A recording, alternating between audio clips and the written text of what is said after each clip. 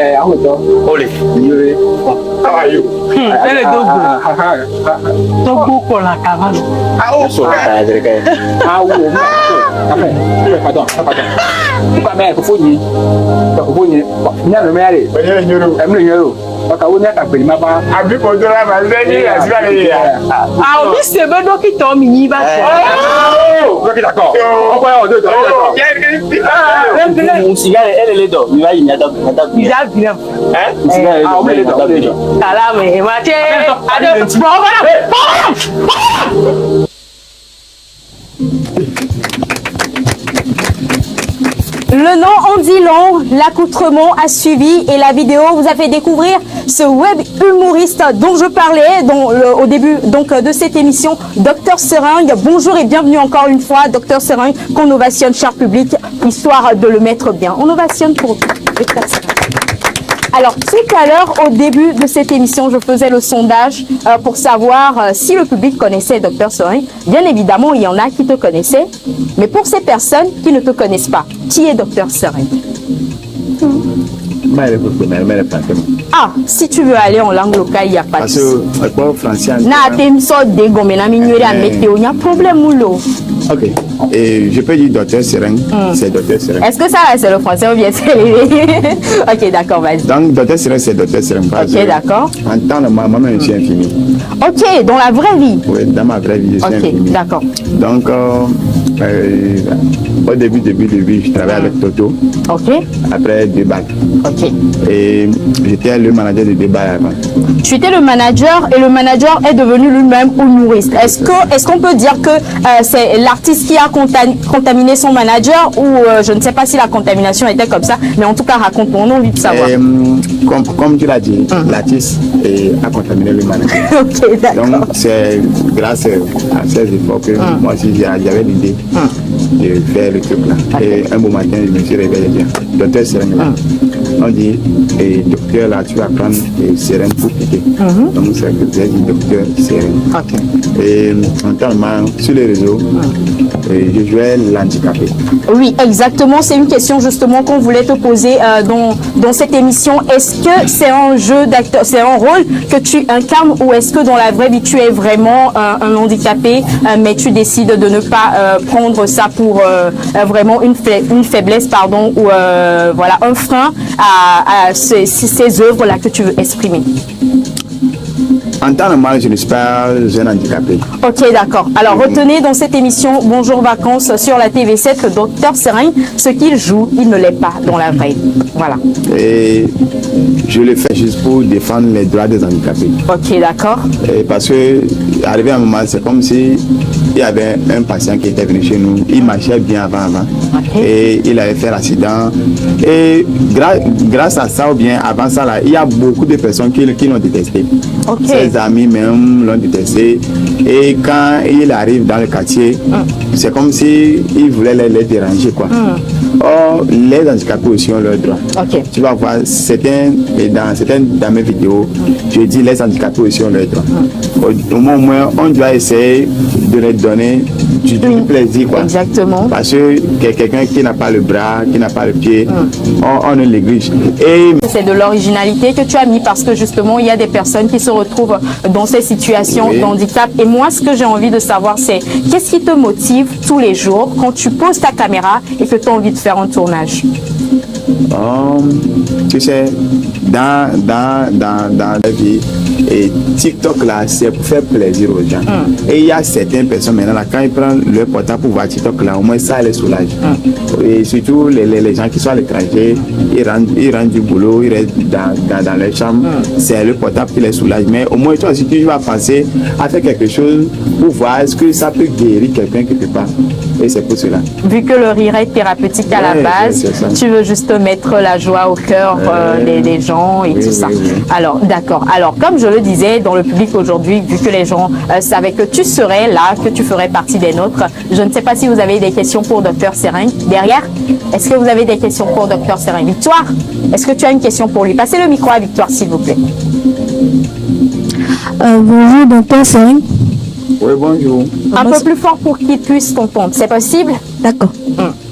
Dr Seringue, bonjour. Bonjour, ça va? Ça va, comment vous allez? Ça va très bien, mais vous savez, je suis un handicapé. Hein. D'accord, compris.